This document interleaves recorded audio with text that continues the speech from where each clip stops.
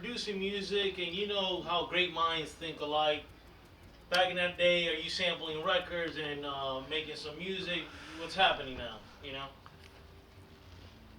Well, back in the days, what was your biggest sampled record that you had vibing good? oh, when I was with 14 or Cut It Up Def Record, I'm not Cut It Up Def Cut Records, my bad. And Gigolo Tony was producing me. We came up with two songs. The album never came out, unfortunately, but it was Def Rock Crew, and the title of the album was Deaf to the Bone. One of the songs off it was Let's Party, which actually did good on Hot 105 because back in them days, you had Rush It or Flush It, and it lasted for a week until I think LL Cool J came and knocked us off, and I can deal with that. I'd rather be knocked off by LL Cool J than Joe Smo from the street. Um, but we had a couple tracks. We had one called Run Around Sue. And I was a big Kiss fan growing up. Loved Kiss. And always wanted to figure out how can you incorporate rock into rap. And What I'm doing year is this, this? this is back in 81, 82, you know. And like, cause I always liked Kiss because he had the big pyrotechs, explosions. Okay, well, rap then, you couldn't, how do you end it? So I'm thinking, well, what if you put rock, guitar, and all that, but you can rap to it? Record companies and a lot of people in the business, the rock and rap won't mix. Well, we know Kid Rock, we know Beastie Boys, we know Run Run DMC, DMC. Chainsaw, and those are my rappers, Run What DMC. record did you sample that actually probably made it Well, big? I didn't really sample. Me and Gigolo did a song on my Def Rock Crew album, Deaf to the Bone, called "Run Around Sue." And I was like, Jig, let me. It's a song by Dion. Keep away from a run around Sue.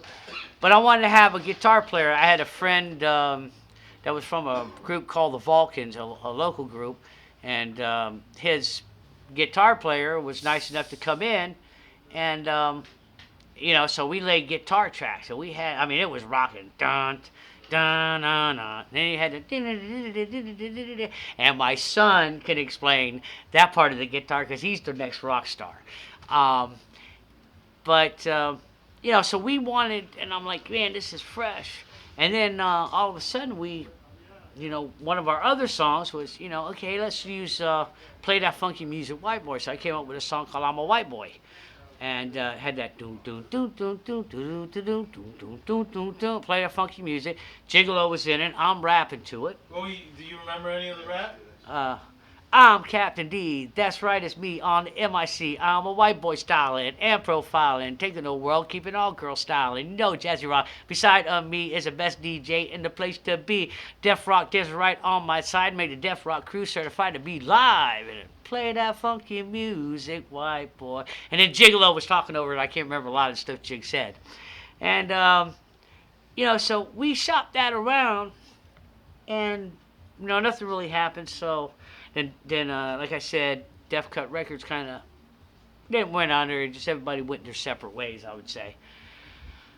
Well, all of a sudden, about 4 months later, there was a cat that came out and it had the same concept. And, there was a little tension there with us because he had played that funky music. And I'm not saying the raps were the same, but the ideas, I got to look at it like this. It was cold, and too many 5.0s riding around. But, two great minds think alike, and the cat was Vanilla Ice. And Do you think Luke? Do you think Luke?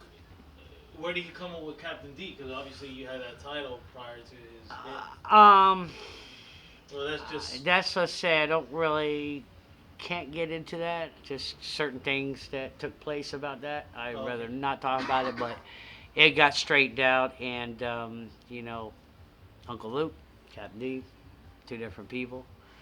Um, Captain D coming! Captain D coming! yeah. They call me Captain D. Because that's almost like Mike, the stuff that Jam Pony was kind of doing, but he was doing it on record with that title. Right. Luke did a lot of Mike Rocker stuff. It's scarred. You got to remember the talent and the knowledge that Luke had, and the thinking capability. He had two of the top rappers. One was underground. Nobody heard about Trick Daddy. And then boom, that's how Trick Daddy got from underground up. Of course, JT Money, that's my boy. He he's from the Poison Clan, and back in the days he had all the jams. Um, that it's just there's just some things that You still talking to JT?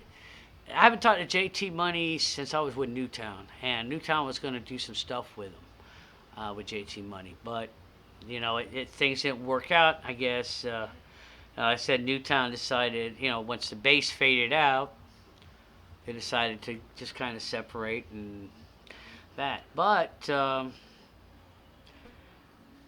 haven't heard, like I said, I haven't heard from JT Money, and the situation with Luke and the Captain D coming. That's just something that I can't really talk about on camera